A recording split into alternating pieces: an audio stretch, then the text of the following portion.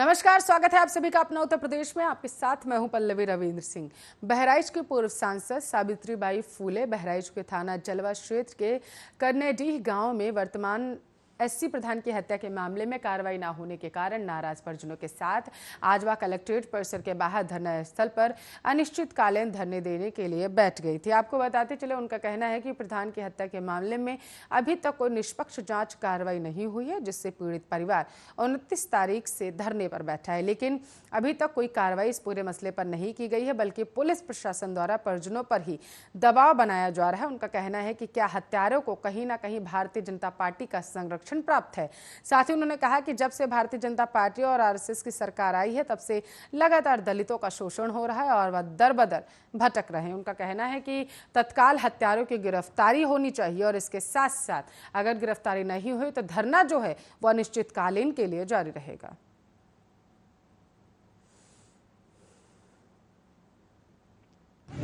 जैसा कि आप सभी लोग जानते हैं कि बीजेपी आरएसएस की सरकार जब से केंद्र और प्रदेश में बनी है, तब से पूरे देश में हत्या, बलात्कार, बड़ी घटनाएं, जघन्य घटनाएं हमारे अनुसूचित जाति के ऊपर हो रहे हैं, जिसका जीता जागता प्रमाण बहराइच के करनिया ग्राम पंचायत के वर्तमान प्रधान जी की गोली मार करके हत्या कर दी गई और हत्या करने वाले लोगों के खिलाफ आज तक उनकी गिरफ्तारी नहीं की गई और उल्टा ही पुलिस प्रशासन द्वारा पीड़ित परिवार के लोगों को धमकाया जा रहा है, डराया जा रहा है और जिन लोगों ने हत्या किया है उनकी गिरफ्तारी अब तक नहीं की गई है। ये बहराइच की कोई एक ही घटना नहीं है। बहराइच के ही प्रयागपुर में ग्राम प्रधान के चुनाव में सामान्य सीट पर चुनाव लड़ने से धर्मेंद्र चौधरी।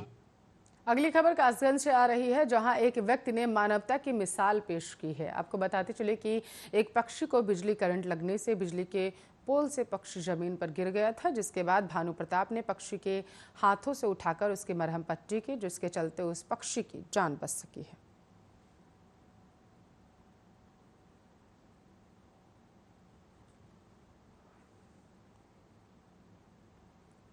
बाराबंकी में पहले से ही घात लगाए अज्ञात हमलावरों के जरिए फायरिंग करने का मामला सामने आया है, जिसमें 2 लोग गंभीर तरीके से घायल हो चुके हैं और जिन्हें इलाज के लिए सीएससी सूरतगंज ले जाया गया, जहां पर डॉक्टरों ने हालात गंभीर देखते हुए जिला अस्पताल रेफर कर दिया। आपको बताते चले कि देर हो जाने की वजह से मिस्त्री को उसके घर भेजने जा रहे थे कि अचानक रास्ते में किसी ने फायरिंग कर दी, जिसमें मिस्त्री सहित 2 लोग घायल हो गए।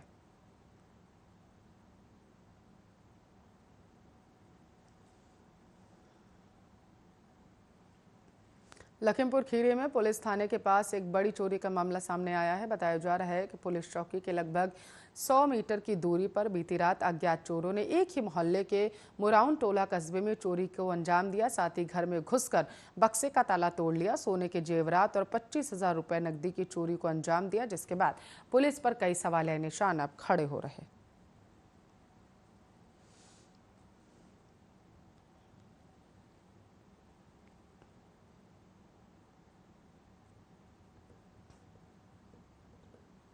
उत्तर प्रदेश में 2022 में चुनाव होने हैं और सियासी बिसाते बिछना अभी से शुरू हो चुका है।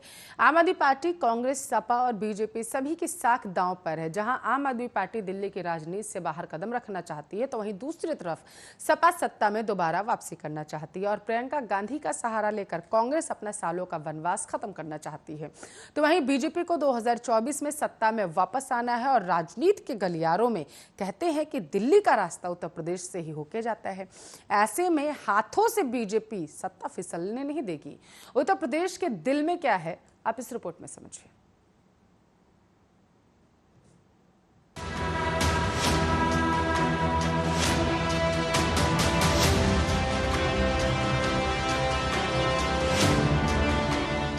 उत्तर प्रदेश में अगले साल होने वाले विधानसभा चुनाव में योगी आदित्यनाथ को सियासी मार्ग देने के लिए विपक्षी पार्टियों ने अपना गणित लगाना शुरू कर दिया है।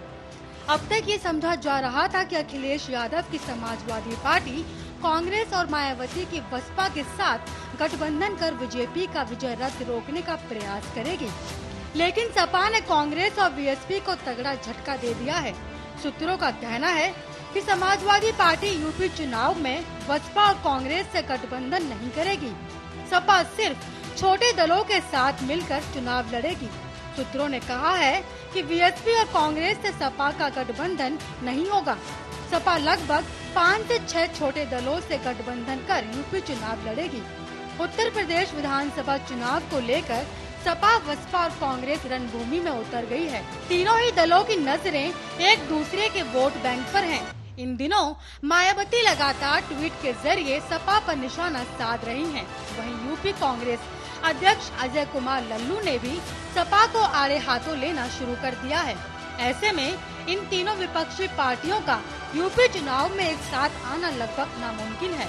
इन पार्टियों ने छोटी पार्टियों के साथ अपना समीकरण बिठाना शुरू कर दिया है। फिलहाल सपा का आरएलडी, महान दल और जनवादी पार्टी के साथ गठबंधन है। कहा जा रहा है कि सपा छोटे दलों के लिए 35 से 40 सीटें छोड़ सकती है। बाकी सीटों पर पार्टी अपने उम्मीदवार उतारेगी। आपकी जानकारी के लिए आपको बता दें कि उत्तर प्रदेश में कुल 403 विधानसभा सीटें हैं। तो वहीं दूसरी तरफ आपको बता दें कि बिहार में बीजेपी और जेडीयू भले ही मिलकर सरकार चला रहे हों, लेकिन दोनों दलों के बीच 6 मात का खेल चल रहा है। मुख्यमंत्री नीतीश कुमार ने जातिगत आधार पर जनगणना और पेगासस जासूसी मामले की जांच कराने की मांग उठाई है। नीतीश और उनकी पार्टी जेडीयू एक के बाद एक कई ऐसे मुद्दों को हवा दे रहे हैं जो बीजेपी और मोदी सरकार की असहज करते हैं। सीएम नीतीश कुमार की दोनों ही डिमांड से बीजेपी की मुश्किलें बढ़ सकती हैं, क्योंकि वे एनडीए के सहयोगी दल के पहले ऐसे नेता हैं जिन्होंने पेगासस मामले में जांच और जातिगत जनगणना कराने की मांग की है। वहीं जेडीयू संसदीय दल के नेता उपेंद्र कुशवाहा ने रविवार को कहा कि मुख्यमंत्री नीतीश कुमार भी पीएम मटेरियल हैं। इतना ही नहीं, जातिगत जनगणना की मांग पर नीतीश और तेजस्वी यादव एक मत हैं और दोनों ही नेताओं के बीच हाल ही में मुलाकात हुई। नीतीश कुमार के बदले सुर को लेकर बीजेपी भले ही आंख दिखा रही है, लेकिन फिलहाल ये तनातनी महज तनातनी तक ही सीमित रहने वाली नहीं है और इसे किसी राजनीतिक बदलाव की वजह बनते ही देखा जा रहा है। इसके कारण भी हैं और वह बिहार में नहीं बल्कि यूपी की राजनीति से जुड़े हैं। जहां 7 महीने के बाद विधानसभा चुनाव हैं, तो वहीं यूपी में नीतीश के कुर्मी समुदाय की काफी आबादी है, जो बीजेपी का परंपरागत वोटर माना जाता है। उत्तर प्रदेश के जातिगत समीकरणों पर नजर डालें तो इस राज्य में सबसे बड़ा वोट बैंक पिछड़ा वर्ग है। यूपी में सवर्ण जातियां 19% हैं, जिसमें ब्राह्मण करीब 10%, 6% राजपूत और बाकी वैश्य, भूमियार और कायस्थ हैं। पिछड़े वर्ग की संख्या 39% है, जिसमें यादव 10%, कुर्मी, कुशवाहा, सैतवार 12%, जाट 3%, मलाह 5%, विश्वकर्मा 2% और अन्य पिछड़ी जातियों की तादाद 7% है। इसके अलावा प्रदेश में अनुसूचित जाति 25% है और मुस्लिम आबादी 18% है। कुर्मी, कुशवाहा, सैतवार मिलकर 12% वोट हैं, जिस पर बीजेपी अपनी पैनी निगाह रखी हुई है।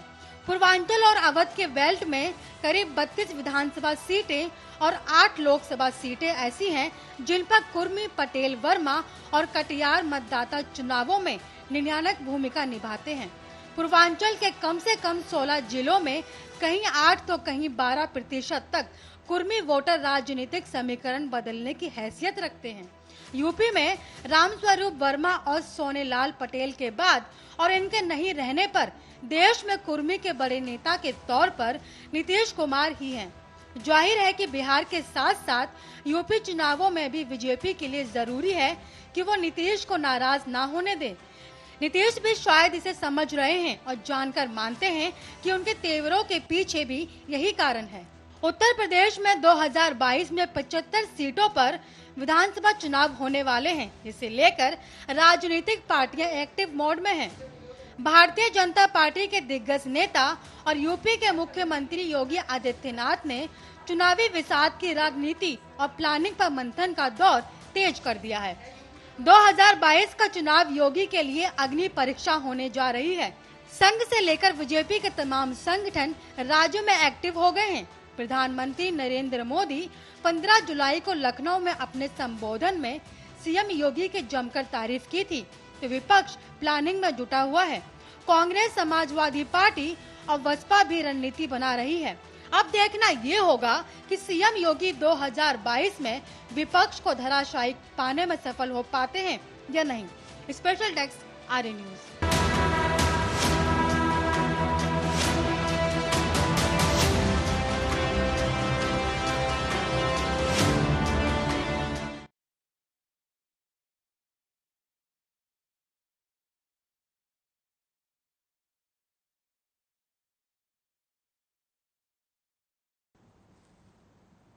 तो दिल्ली कैंट में 9 साल की बच्ची से रेप और हत्या के मामले में अब सियासत चरम पर पहुंच चुकी है।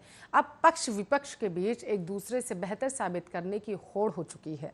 तो वहीं पीड़ित परिवार इस पूरे मामले में सियासी कलह से अब दूर रहना चाहता है, पर इसके बावजूद कांग्रेस के पूर्व अध्यक्ष राहुल गांधी पीड़ित परिवार से मिलने पहुंचे, तो वहीं सीएम केजरीवाल को लोगों का विरोध का सामना करना पड़ा। अब बीजेपी के राष्ट्रीय प्रवक्ता संबित पात्रा विपक्ष पर कटाक्ष करते हुए लगातार नजर आ रहे हैं। पूरा मामला इस रिपोर्ट में।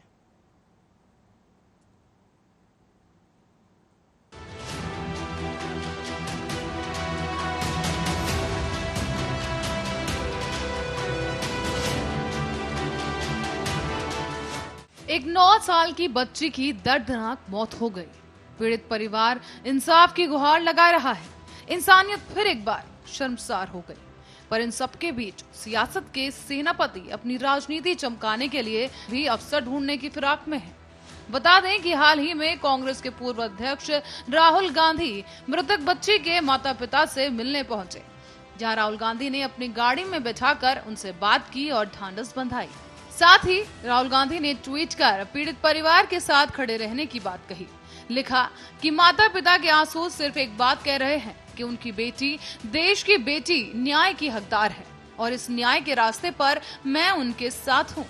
पर इन सब के बीच राहुल गांधी एक अहम कानून भूल गए और इसके बाद उन्होंने एक तस्वीर सोशल मीडिया पर शेयर की। इस तस्वीर में राहुल गांधी के साथ बच्ची के माता पिता नजर आ रहे हैं, जिसके बाद राहुल गांधी अब बच्ची की पहचान उजागर करने को लेकर निशाने पर आ गए हैं। दरअसल कोई भी शख्स, वो चाहे किसी भी पेशे से जुड़ा हो, लेकिन कानून के मुताबिक किसी भी नाबालिग रेप पीड़िता की पहचान उजागर नहीं की जा सकती। ऐसे मामलों में पहचान सार्वजनिक करना पॉक्सो एक्ट के सेक्शन 23 और जुवेनाइल जस्टिस केयर के सेक्शन 74 का उल्लंघन माना जाता है। वहीं रेप पीड़िता या उसके परिवार की पहचान सार्वजनिक होने से समाज में उस परिवार की छवि पर असर पड़ता है। पर राहुल गांधी सियासी रेस में आगे निकलने की होड़ में इतना व्यस्त हो गए कि इस अहम कानून को ही भूल गए और एक बार फिर से सरकार के निशाने पर आ गए। बता दें कि ट्वीट सामने आने के बाद से ही बीजेपी के प्रवक्ता संबित पात्रा ने राहुल पर हमला बोलते हुए कहा कि उनकी पार्टी राष्ट्रीय बाल संरक्षण आयोग से मांग करेगी कि कांग्रेस नेता के ट्वीट का स्वतः संज्ञान लेते हुए उनके खिलाफ एक्शन लिया जाए।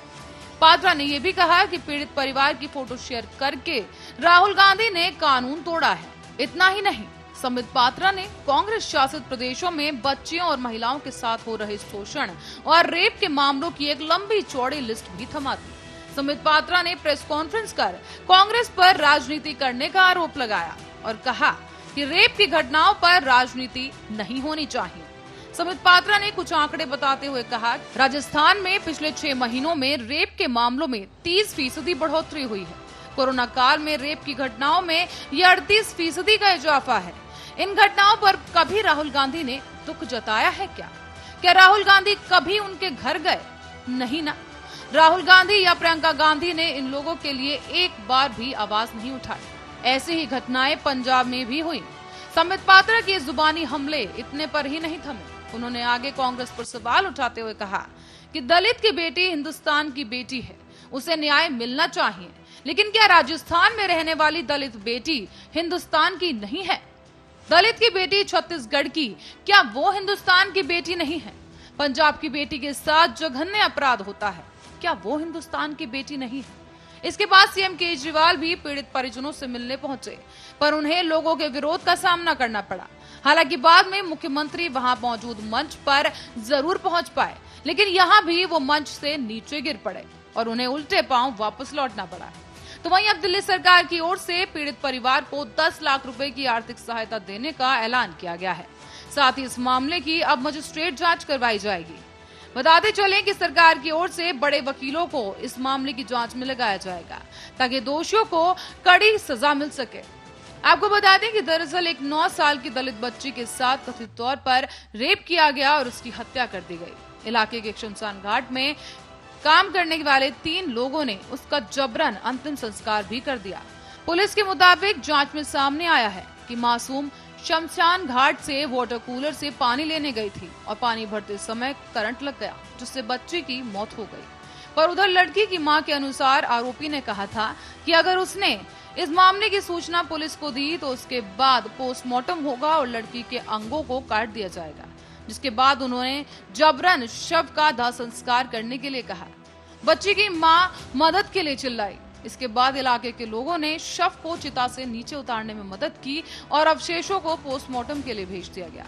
लेकिन अवशेषों से मौत के कारणों का पता नहीं चल सका है। लेकिन बच्ची के परिजन इसे रेप और हत्या का मामला बताकर इंसाफ की गुहार लगा रहे हैं। हालांकि आरोपियों को हिरासत में ले लिया गया है और आगे की कार्रवाई की जा रही है। Special report Arya news.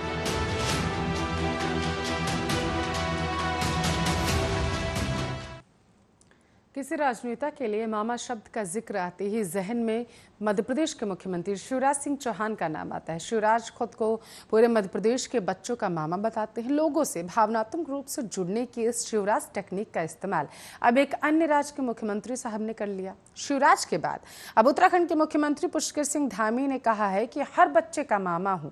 तो वहीं दूसरी ओर महिला कांग्रेस के राष्ट्रीय महासचिव अनुपमा रावत ने उत्तराखंड सरकार पर जमकर हमला बोला। उन्होंने कहा कि प्रदेश की डबल इंजन की सरकार पूर्ण रूप से राज्य में फेल हो चुकी है। क्या कहता है उत्तराखंड का सियासी समीकरण, आप इस रिपोर्ट में समझिए।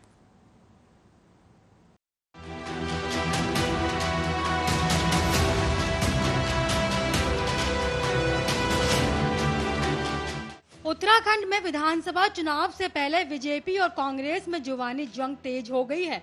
विपक्षी दल कांग्रेस लगातार बीजेपी पर निशाना साध रहा है। महिला कांग्रेस के राष्ट्रीय महासचिव अनुपमा रावत ने भी उत्तराखंड सरकार को आड़े हाथ लिया है। मसूरी में पार्टी के कार्यक्रम में पहुंची अनुपमा ने कहा, बीजेपी बेटी बचाओ बेटी पढ़ाओ का नारा तो देती है, लेकिन बेटियों के उत्थान के लिए कभी भी कोई ऐसा काम नहीं किया है। प्रदेश की डबल इंजन की सरकार पूर्ण रूप से फेल हो चुकी है। बता दें कि मसूरी में महिला कांग्रेस बेटी है तो परिवार है कार्यक्रम का आयोजन कर रही हैं। इस कार्यक्रम के तहत गांधी चौक गुरुद्वारे के सभागार में गोष्ठी और सम्मान समारोह का आयोजन किया गया था। इस मौके पर अनुपमा ने कहा कि बीजेपी ने प्रदेश में विकास नहीं किया, बल्कि 3 मुख्यमंत्री देने का काम किया है। प्रदेश की जनता ने पूर्ण बहुमत देकर स्थायी सरकार दी थी, लेकिन बीजेपी मात्र मुख्यमंत्री बदलने में व्यस्त रही। उन्होंने आगे कहा कि 2022 में प्रदेश की जनता बीजेपी को जवाब देने जा रही है। विधानसभा चुनाव में कांग्रेस की सरकार बनना तय है। प्रदेश के विकास और महिलाओं और युवाओं के उज्जवल भविष्य के लिए कांग्रेस की सरकार बनना तय है। उधर उत्तराखंड की धामी सरकार ने 30 दिन पूरे कर लिए हैं। इस मौके पर कांग्रेस ने सरकार पर निशाना भी साधा। कांग्रेस ने कहा कि ये 30 दिन सिर्फ घोषणाओं के दिन रहे, धरातल पर कोई काम नहीं हुआ। घोषणाएं करके प्रदेश आगे नहीं बढ़ता है, इसके लिए धरातल पर काम करना जरूरी है। तो वहीं दूसरी तरफ उत्तराखंड के मुख्यमंत्री पुष्कर सिंह धामी ने सोमवार को कोरोना काल में बेसहारा हुए बच्चों के लिए मुख्यमंत्री वात्सल्य योजना का विधिवत शुभारंभ किया। मुख्यमंत्री आवास के जनता दर्शन हॉल में आयोजित कार्यक्रम में मुख्यमंत्री ने योजना के तहत चयनित 2340 बच्चों के बैंक खाते में 3-3 हजार रुपए की सहायता राशि ट्रांसफर की। इस अवसर पर मुख्यमंत्री पुष्कर सिंह धामी ने कहा कि इन बच्चों का मामा की तरह ध्यान रखेंगे। कोरोना काल में जिन बच्चों की आंखों में आंसू आए हैं, उनके चेहरों पर मुस्कान लाने का प्रयास कर रहे हैं। मुख्यमंत्री पुष्कर सिंह धामी ने कहा कि कोरोना काल में बच्चों के माता पिता संरक्षक के चले जाने से उत्पन्न शून्य की भरपाई करना मुमकिन नहीं है, लेकिन राज्य सरकार एक अभिभावक की तरह इनका हमेशा ध्यान रखेगी। उन्होंने आगे कहा कि जिलाधिकारी इन बच्चों के सह अभिभावक के रूप में काम करेंगे। मुख्यमंत्री ने कहा कि भाव में ही भगवान होते हैं। हमारा इन बच्चों के प्रति स्नेह, प्रेम और उत्तरदायित्व का भाव है। हम सभी इन बच्चों के लिए जो भी कुछ कर सकते हैं पूरे मन योग से करेंगे। इनके सहायता से पुण्य प्राप्त होगा। उत्तराखंड के सीएम ने आगे ये कहा कि ये पहली योजना होगी जिसमें हम चाहते हैं कि योजना के लाभार्थी बच्चों की संख्या इतनी बनी रहे और किसी बच्चे को इसकी जरूरत ना पड़े। फिर भी हम इनकी पूरी देखभाल करेंगे। ये बच्चे प्रदेश की पहचान बनेंगे, अपने अपने क्षेत्र में वे लीडर बनेंगे। उन्होंने आगे कहा कि इस योजना के तहत बच्चों को हर महीने 3-3 हजार रुपए की सहायता राशि दी जा रही है। साथ ही मुफ्त राशन और शिक्षा की व्यवस्था भी की जा रही है। जिलों के डीएम इन बच्चों की संपत्ति का संरक्षण भी करेंगे। तो कुल मिलाकर देखा जाए तो अब उत्तराखंड की राजनीति मामा पर आकर चिक गई है। पुष्कर सिंह धामी ने जिस तरह से मध्य प्रदेश के मुख्यमंत्री के नक्शे कदम पर चलते हुए खुद को राज्य के बच्चों का मामा बताया, उससे ये साफ प्रतीत हो रहा है कि युवाओं को साधने का काम यहाँ पर बीजेपी कर रही है। देखने वाली बात ये होगी कि क्या बीजेपी ने जो दांव खेला है धामी को राज्य का मुख्यमंत्री बनाकर, इसका फायदा बीजेपी को मिलेगा या फिर नहीं, या फिर जैसे ही राज्य की राजनीति रही है उसके तहत कांग्रेस का सूखा खत्म होगा और वो सत्ता में वापस आ जाएगी, क्योंकि राज्य की राजनीति हर 5 साल में बदल जाती है। Special desk RA news.